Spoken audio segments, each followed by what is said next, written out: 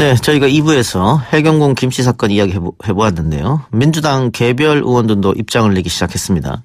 지난 대선에서 이재명 지사를 공개 지지하며 총괄 선대위원장도 맡은 바 있는 이종걸 의원은 당이 조사단을 구성하고 이재명 지사가 적극 협조해야 한다라는 입장을 밝혔는데 더불어민주당 이종걸 의원 연결해 보겠습니다. 의원님. 예, 안녕하셨습니까? 네. 이종걸입니다. 네. 자, 그간 이종걸 의원님에게도 이재명 지사 관련 입장을 밝히라 이런 요구가 많았다고요? 예, 뭐 지금 제가 SNS를 뭐 잘 안 하다가 시작했는데요. 정책 이슈는 주로 했는데 당내 문제에 대해서는 언급하지 않았는데요. 당내 문제뿐 아니라 이재명 지사에 대해서도 입장을 좀 하는 얘기하라라고 하는 뭐 그런 것들이 좀 있었습니다. 예, 있었는데 해경군 기비 사건에 대한 경찰 수사 발표가 났고 오늘 이재명 지사가 부인하는 기자회견도 보셨습니다. 다 보고 네네. 어떤 판단을 내리신 겁니까? 7개월간이나 이제 계속된 조사였습니다. 예. 뭐 처음에는 이제 전해철 후보가 이제 그 해경군 김 씨가 누구냐라고 하는 정도의 물음을 던진 거였는데 이제 그게 당내의 어떤 주류 당원들의 어떤 입장이 강하게 제기되면서 이제 시작됐는데요. 그러나 7개월이나 이 문제를 가지고 했던 것이 과연 뭐 누구에게 득이 될 것이냐. 이 경찰이 실제 이걸 뭐 심층 수사를 한다고는 했습니다만 그러나 당내 경선 과정의 문제인데 이게 경선 때 사실 끝나야 되는 것이죠. 당이라는 건 정치 조직이죠. 사법 조직이 아닙니다. 예. 근데 사법 조직 내에 들어가서 이게 7개월 사이에 이제 어떻게 됐는가, 그리고 7개월 동안 이루어진 이 사건에 대한 그 실체는 형성이 됐는데 과연 그게 누구에게 어떤 도움이 될 것이냐. 우리 당에겐 모두 도움이 되지 않을 것이다. 당내 분란과 당의 갈등과 앞으로 이 당이 계속 이렇게 방관자적인 자세를 취할 때 우리로서는 그야말로 우리 당을 이루고 있는 어떤 개혁 진보 정치 세력의 저편에 있는 어떤 정치 세력에게 오히려 그 입장에 여러 가지 차이를 나누는 이제 그런 일이 될 수 있을 것 같다라는 그런 위기의식이 들었습니다. 예. 예. 지금 야당에서는 이재명 지사가 지사직을 내려놔야 된다 이렇게 주장하고 있는데 합당한 요구라고 생각하십니까? 뭐 야당으로서는 그런 이제 형식적인 주장을 하는 것이고 저희들이야 뭐 그걸 염두에 둘 것은 아니고요. 다만 이제 저희들에게 큰 칼이 되고 고통이 되는 것은 당내에서 당이 정치 조직으로서 이것을 해결하지 못하고 외부의 사법기관의 판단에 의해서 이루어진 것으로 점점 더 강력한 분열과 분단과 앞으로 혹시 몇 년 후에 민주당이 일치된 단합된 방법으로 지금 이 평화 문제나 재벌 문제, 기타 우리가 개혁 과제를 수행하는 데 있어서 제대로 하지 못하고 분열된 상태에 이 쪼개지는 길이 바로 이거였으면 어떨까라고 하는 걱정이 뭐 그런 판단이 아니었기를 저는 빕니다만 예. 이제 그런 걱정이 듭니다. 오늘뿐만이 아니고 여러 차례 이재명 지사가 경찰 수사가 표적을 정한 깨맞추기 수사다, 진실보다는 권력을 선택했다 이런 주장을 했거든요. 근데 지금 정부는 박근혜 정부가 아니고 문재인 정부지 않습니까? 그렇습니다. 예, 이렇게 말하는 것에 대해서는 어떻게 생각하십니까? 이게 이제 어느 세력에 의해서 그 공격과 하나의 전투다라고 이 지사는 오로지 100% 생각하는 것 같습니다. 근데 뭐 당하는 사람으로서는 그런 생각이 들 수도 있겠습니다만 제가 볼 때는 이 지사에게 굳이 제가 이런 글을 쓰면서 읽고 싶게 한 것은 그런 측면도 있을 수 있겠지만 그러나 이 본령은 그런 것은 아닌 것 같다.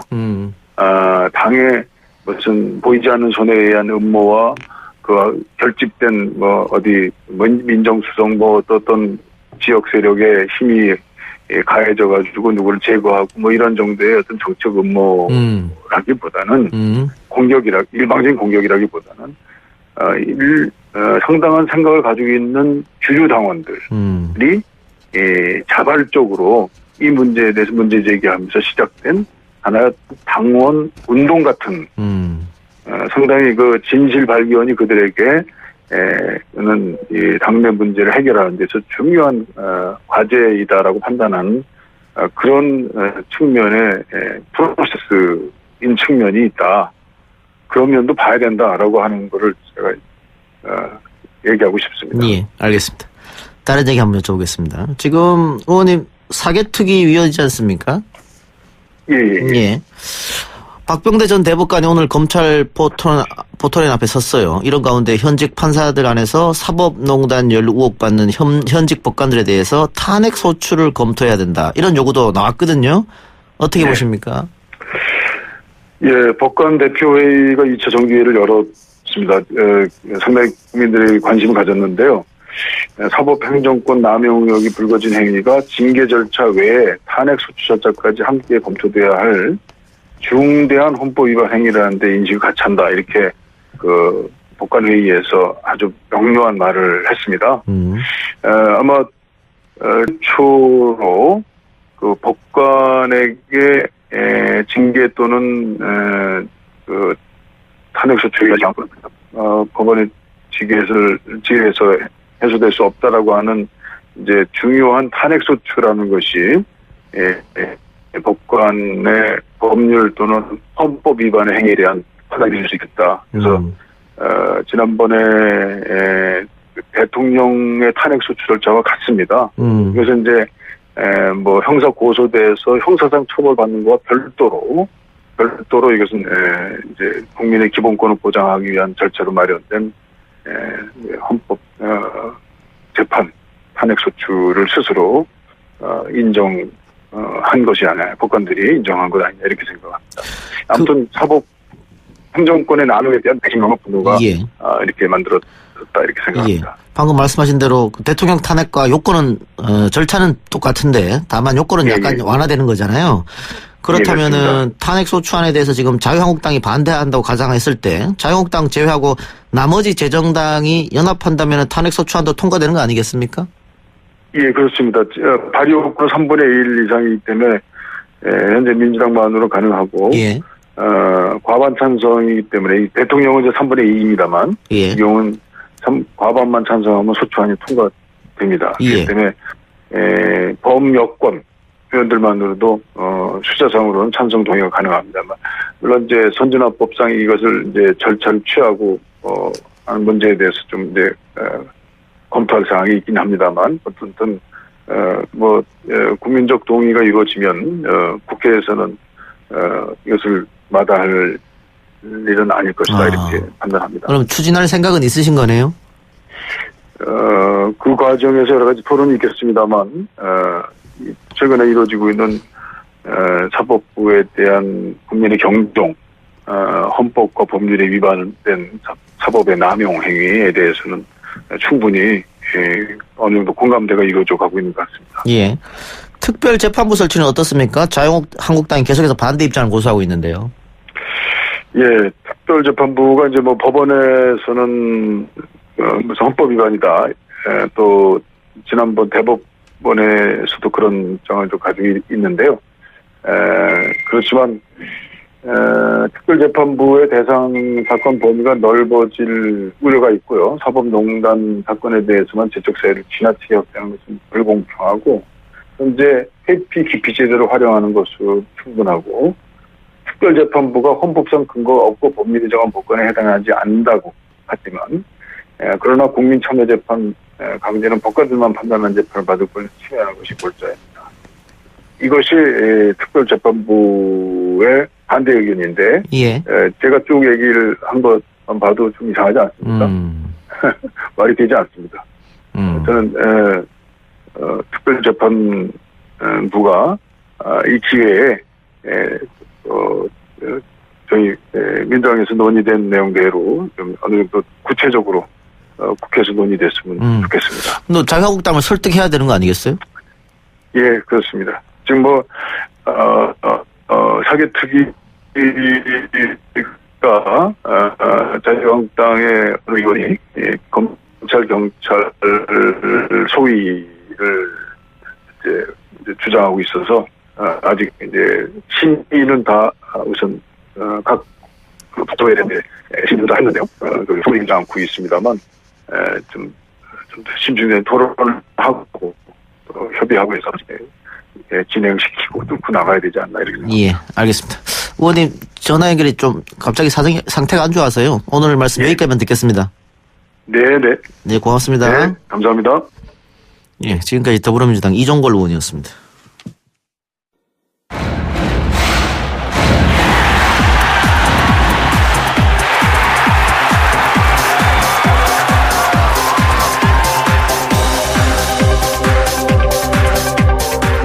주파수 94.5 YTN 뉴스 FM 뉴스 정배승부 3부 시작하겠습니다. 한 주간의 스포츠 소식을 짚어보는 위클리 스포츠 시간이죠. 오늘은 축구 소식 짚어봅니다. 김한 축구 해설위원 나왔습니다. 어서 오세요. 네, 안녕하세요. 내일 오후 7시 대한민국 축구대표팀이 우즈베키스탄 축구대표팀을 만납니다. 그 전에 지난주 토요일이죠. 호주로 원정 경기를 떠났는데 1대1로 비겼어요. 네. 네. 경기 내용 어땠습니까? 호주 원정이고 또 호주는 홈 경기잖아요. 호주 팬들도 굉장히 많은 가운데 경기를 치렀기 때문에 1대1이라는 스코어는 괜찮다고 생각이 됩니다. 예, 호주가 사실 그 A리그 팀이 챔피언스리그 나와서 조금 부진해서 호주 축구를 약간 이제 낮게 보는 경향이 있는데 국가대표팀은 괜찮거든요. 뭐 한국, 일본, 호주 해서 이제 아시아 소속 가운데는 가장 강하다고 봐야 되는데 그곳까지 날아가서 또 먼 원정길을 가서 1대1로 비겼다는 건 굉장히 긍정적으로 보고요. 하지만 경기 내용 안에서는 조금 실수들이 있어서 좀 보완점은 찾았던 경기가 아닌가 싶습니다. 점유율은 어땠습니까? 점유율은 뭐 크게 차이는 나지 않았는데요. 호주가 이제 아무래도 초반에는 좀 더 점유율을 많이 가져갔지만 한국이 이제 카운터 어택 이제 국내에서 열린 경기에서는 우리가 점유율을 많이 가져갔지만 아무래도 원정 경기라는 것 때문에 벤투 감독이 조금 더 수비적으로 좀 지시를 한 부분이 있는 것 같거든요. 결국 득점도 카운터어택 한 방 김민재 선수가 때려넣고 황의조 선수가 달려가서 깔끔하게 마무리하는 형태로 나왔고 물론 이제 그 장면을 제외하면 호주에게 조금 실점할 수 있는 장면들이 꽤나 많이 있었는데 그래도 뭐 호주의 결정력이 좋지 않았고 한국 수비진들이 마지막까지 잘 버티면서 뭐 1대1이라는 스코어가 나오지 않았나 생각이 됩니다. 우리 주축 선수들이 조금 빠졌잖아요. 네, 그렇죠. 그렇다 보면 우리 경기력이 좋았다고도 반문할 수 있겠네요. 네, 기성용, 손흥민, 이재성 주전 선수들이고 또 특히 공격 쪽에서 좀 역할을 해줘야 될 선수들이기 때문에 이 선수 없이도 한 골을 넣었다는 건 굉장히 긍정적으로 봐야 될 것 같고요. 또 아시안컵이 되면 이 선수들이 돌아오기 때문에 지금 전력보다는 당연히 조금 더 강해질 수가 있습니다. 그 선수들이 빠진 거는 배려 차원입니까? 네, 일단 손흥민 선수는 이 아시안 게임 차출하면서 토트넘 소속팀과 어느 정도 11월 A매치에 대해서 합의를 한 상황이고요. 기성용 선수는 이제 주전 자리를 좀 꿰찼기 때문에 약간의 휴식 그리고 팀에서 조금 더 녹아들 수 있는 기회를 줬고요. 이재성 선수는 부상 여파 때문에 뭐 뛸 수는 있지만 배려 차원에서 제외를 했습니다. 예. 그 경기에서 황의조 선수가 원샷 원킬, 벤투 감독 체제에서도 신성으로 떠오르는 모습인데, 근데 다쳤어요? 네, 이 전반 끝날 때쯤에 좀 착지하면서 문제가 있었는데 다행히 뭐 큰 부상은 아니라고 합니다. 내일 경기에서 뭐 선발로 나올지 뭐 교체로 나올지는 확실하진 않지만 어쨌든 출전은 가능한 상황이고요. 다만 이제 구자철 선수가 전반 종료 직전에 이제 다치면서 부상을 입었습니다. 뭐 사실 구자철 선수 좀 안타까운데요. 왜 나올 때마다 부상을 당하고 또 소속팀에서도 잘할 때마다 다쳐서 한 시즌을 정말 부상 없이 뛴 적이 없어요. 그만큼 조금 최근 몇 시즌간 부상과 회복을 반복하고 있는데 이번에도 먼저 이제 독일로 돌아갔습니다. 해서 이제 혼자서만 독일행 비행기를 탔는데 이 독일과 호주를 왔다 갔다 하려면 22시간이 걸린다고 합니다. 구자철 선수가 뭐 이제 좀 도심에 있는 게 아니다 보니까 이 시간이 너무 길었기 때문에 아무래도 좀 피로 누적 때문에 호주전에서 부상이 오지 않았나 싶고 큰 부상은 아니니까요. 한 2, 3주 정도 쉬면 또 괜찮아질 거라고 생각이 됩니다. 예. 장현수 선수가 영구 제명을 당했는데 수비 문제는 없었나요? 네, 뭐 김민재라는 또 젊은 수비수가 우리나라에 있기 때문에 김영권, 김민재 조합이 굉장히 좋은 활약을 펼쳤고요. 김민재 선수는 뭐 어시스트도 기록했고 김영권 선수는 월드컵 이후에 사실 소속팀에서 제대로 뛰고 있지 못하기 때문에 조금 경기력이 떨어질 거라는 예상도 있었는데 전혀 그렇지 않습니다. 굉장히 벽 같은 모습을 보여주면서 둘의 호흡이 잘 맞았던 경기였습니다. 예. 어찌됐든 아시안컵을 앞두고 벤투 감독이 온 이후에 지진 않고 있죠. 네, 그렇습니다. 고무적이라고 봐야 됩니까? 네, 일단 2승 3무인데요. 이 한 달에 두 번씩 평가전 하면 항상 1승 1무씩 기록하고 있거든요. 굉장히 중요하죠. 월드컵 때도 월드컵 이전 평가전을 잘 치른 팀이 결국 잘 되는 경우들이 확률적으로 높고 우리도 2002년 당시에 월드컵 직전 평가전을 잘 치렀던 기억이 있거든요. 이 큰 대회 앞두고 평가전에서 어쨌든 버티면서 지지 않고 있다. 이런 점은 아시안컵 우승에 대한 어떤 희망을 좀 가져갈 수 있는 부분이 아닌가 생각이 됩니다. 예. 자, 내일 이제 우즈베키스탄전인데 호주전보다는 좀 쉬운 경기가 되지 않을까? 많은 전문가들이 예상하는데 어떻습니까? 그렇죠. 아무래도 객관적인 전력에서는 우즈베키스탄이 약하고 또 우즈베키스탄 주축 선수 한 두세 명이 부상으로 빠져 있는 상황입니다. 물론 우리나라도 빠져 있지만 그리고 우즈베키스탄이 좀 까다로워서 그렇지 94년에 한국이 패한 다음에 우리나라가 진 적이 없거든요. 그 이유는 비긴 적은 있어도 거의 다 이겨왔고 물론 이제 이길 때 한 골 차 좀 아슬아슬하게 이기는 경기가 있어서 그렇지 상대 전적은 굉장히 좋고요. 우즈베키스탄은 당연히 한 수 반수 아래의 팀으로 봐야 되기 때문에 호주전보다는 조금 더 공격적인 실험을 할 수 있을 것 같고 두 팀 다 중립적이잖아요. 호주에서 경기가 열리기 때문에 홈팀 어웨이가 없어서 한국도 조금 부담 없이 경기를 할 수 있지 않을까 생각이 됩니다. 예. 그 호주전에 주세종 선수라든가 정승현, 이진현, 벤투 감독이 처음으로 뽑은 선수들이잖아요. 네. 국가대표에서도 생소한 선수들인데 이 선수들은 어땠나요? 앞으로 이 선수들이 또 잘하면은 벤투 그 호를 짊어질 선수인 것 같기도 한데. 네, 주세종 선수는 이제 월드컵 때 활약을 했다가 월드컵 이후로는 조금 이제 잠잠했는데 이 후반에 구자철 선수 대신 들어와서 굉장히 좋은 활약을 펼치면서 기대를 모았고요. 지금 또 정우영 선수까지 부상이라서 주세종 선수는 조금 더 올라온다면 정우영 선수가 경쟁을 할 수 있을 것 같고 이진현, 나상호 이런 어린 젊은 선수들도 과감하게 또 호주전에 투입을 했거든요. 물론 시간이 길지 않아서 평가는 하기 좀 어렵겠지만 이 큰 경기에 나왔다는 것만으로도 이 선수에게 굉장히 큰 동기부여가 됐을 것 같고 특히 공격 쪽에 나상호 선수는 굉장히 활발한 모습 보이면서 기대를 모았습니다. 예. 지난 월드컵 이후에 국가대표 주전 골키퍼는 이제 조현우 선수로 굳어지는 분위기였는데 부상이 있었고 그 이후로 다른 선수들이 이제 교대로 나오다가 이번 호주전에 조현우 선수가 못 나왔습니다. 네. 이게 어떤 의미로 받아들여져야 될까요? 일단 김승규 선수가 3번 나왔고요. 조현우 1번, 김진현 1번 이렇게 나왔는데 숫자적으로 봤을 때는 김승규 선수가 가장 많이 나왔지만 방금 지금 생방송 직전에 기자회견을 했습니다. 이때 조현우 선수가 대표 선수로 나왔거든요. 그래서 이제 내일은 조현우 선수가 선발로 나오게 됩니다. 아시안컵 이전에 6경기를 치렀는데 김승규 3번, 조현우 2번이면 김승규 선수가 약간 앞서 있다고 볼 수도 있지만 사실 월드컵 직전에도 김승규 선수가 주전이었거든요. 그런데 1차전 때 정말 놀랍게도 깜짝 조현우 선수가 등장을 하면서 또 영웅이 됐는데 이번 아시안컵도 김승규 선수 쪽으로 좀 가다가 내일 경기가 조현우 선수가 나온다고 하니까요. 아시안컵 직전까지 골키퍼를 좀 경쟁시키려는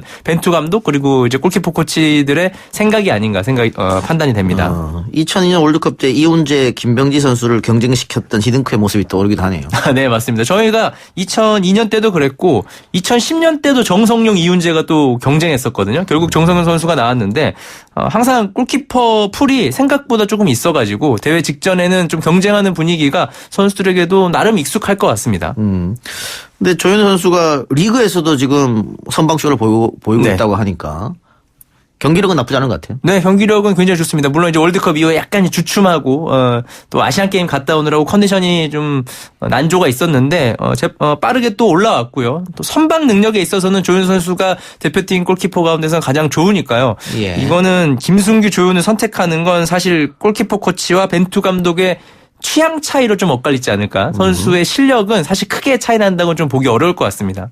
지금 평가전 하는 것은 결국은 아시안컵 데뷔 아니겠어요? 네. 아시안컵 언제 치러지죠? 1월 이제 중순 초부터 시작이 돼서 말일까지 치러지는데 결승에 나가게 되면 뭐 1월 꽉 채워서 끝나게 됩니다. 뭐 우리가 조별리그 통과는 당연하고 16강 뭐 8강까지 나가야 되는데 일단 손흥민 선수가 3차전부터 합류하기로 돼 있거든요. 그래서 1, 2차전은 확실히 이겨두고 3차전이 또 뭐 은근 까다로운 중국전입니다. 예, 중국을 상대로 좋은 경기 하게 되면 조별리그 통과는 무난하게 갈 것 같고 그 다음부터는 사실 좀 대지 눈이 따라줘야 결승까지 갈 수 있지 않을까 생각이 됩니다. 예, 1월이면 2달밖에 안 남았네요. 네, 그렇죠. 그 전에는 이제는 평가전 없습니까? 네, 일단 뭐 공개된 평가전은 없을 것 같고요. 혹시 이제 아시안컵 직전에 현지에서 뭐 좀 작은 규모 비공개 평가전을 할 수도 있는데 아직까지는 확정된 바는 없습니다. 예. 그러면은 아시안컵은 지금의 경기력으로는 어느 정도 예상할 수 있을까요? 결과를? 지금 경기력 정도면 4강 전력이라고 저는 보거든요. 뭐 그 전에는 더 안 좋은 경기도 있었는데 뭐 4강은 충분히 들 수 있는 경기력을 보여주고 있고 이제 올라올 때 이란이나 뭐 이제 또 이번에 만난 우즈벡, 호주 이런 팀들을 안 만나는 게 중요할 것 같아요. 뭐 8강, 16강 이렇게 만날 가능성은 높지는 않지만 혹시라도 어떤 팀이 조에서 좀 부진하게 되면 이렇게 엇갈려서 한국이 1위, 누가 또 2위 하게 되면 만날 수가 있거든요. 그런 가능성들이 있기 때문에 뭐 일단 저는 우승 가능성은 한 33% 개인적으로 이렇게 생각하고 있습니다. 예. 우리가 만일 우승하게 되면 몇 년 만에 우승이에요? 이게 50 몇 년 만인데요. 50몇 년 네, 만에. 기억도 나지 않죠. 저는 이제 눈으로 보지 못한 우승이고, 뭐, 많은 대다수의 분들이 또 우승을 보지 못했는데요. 뭐, 이번이 좀 적기라고 하죠. 월드컵도 분위기가 너무 좋았고, 아시안 게임이나 연령대 대표팀도 성적을 잘 내고 있기 때문에, 또 이 나라 축구의 흐름이 또 오고 있다라는 평가도 있습니다. 이번 저도 기대가 되고 저도 이제 아랍에미리트 현지에 가거든요. 네, 가서 직접 보기 때문에 더욱더 또 설레고 기대가 됩니다. 아시안컵에 우승하게 되면은 그 우승국 자격으로 또 대회에 나갈 수 있습니다. 그렇죠. 대륙간컵에 나가게 됩니다. 이 대회 저희 우리나라가 나간 지가 2002년 때 이제 월드컵 개최국 자격으로 나간 적이 있거든요. 이제 컨페데레이션 컵으로 알려져 있는데 이 대회에 나가게 되면 뭐 유로 우승국, 뭐 각국 대륙별 우승국들이 다 오기 때문에 뭐 이만한 대회가 없죠. 이 대회에서 상금도 받고 뭐 공짜로 A매치도 치르고 경기력도 올려보고 뭐 이런 기회이기 때문에 뭐 아시안컵 우승해서 이 대회에 나가서 좀 뛰어는 걸 팬들이 아마 보는 걸 바랄 것 같습니다. 예. 그러니까 유럽 우승팀, 아프리카 우승팀, 남미 우승팀, 북미 우승팀 그렇죠. 이게 다 모이는 거잖아요. 다 모이는 거죠. 예. 그러니까는 전 세계에서 축구 잘하는 팀하고 한번 경기를 한번 해보는 그런 네. 기회도 될 수 있고 우리 선수들이 그 경기를 통해서 해외에 좀 진출할 수도 있을 거고. 네, 그 대회 스카우트가 굉장히 많이 옵니다. 좀 부담도 조금 없는 대회고 좀 즐길 수 있고 또 선수들도 쇼케이스라 그러죠. 쇼잉을 할 수 있는 대회이기 때문에 뭐 아시안컵 우승하고 그 대회까지 나가게 되면 한국 선수들의 유럽 진출은 조금 더 탄력을 받을 수가 있습니다. 그러면은 컨페데레이션 컵은 월드컵 직전에 열립니까? 네, 월드컵과 이 아시안컵 사이에 열리는데요. 이제 카타르가 개최국이기 때문에 카타르도 참가를 하고요. 이렇게 열리게 되는데 지금 카타르가 문제가 많습니다. 경기장 문제도 있고 또 이제 카타르부터 48개국이 나가는 걸로 지금 논의를 하다가 48개국을 수용할 수 없는 나라 규모 때문에 또 줄어든다는 얘기도 있거든요. 그래서 좀 피파에서 또 카타르와의 뭐 돈 문제, 뭐 비리 문제까지 얽히면서 굉장히 곤란한 상황인데 이거는 조금 시간이 지나야 해결이 될 것 같습니다. 알겠습니다. 오늘 말씀 여기까지만 듣겠습니다. 지금까지 김한 축구 해설위원이었습니다. 감사합니다.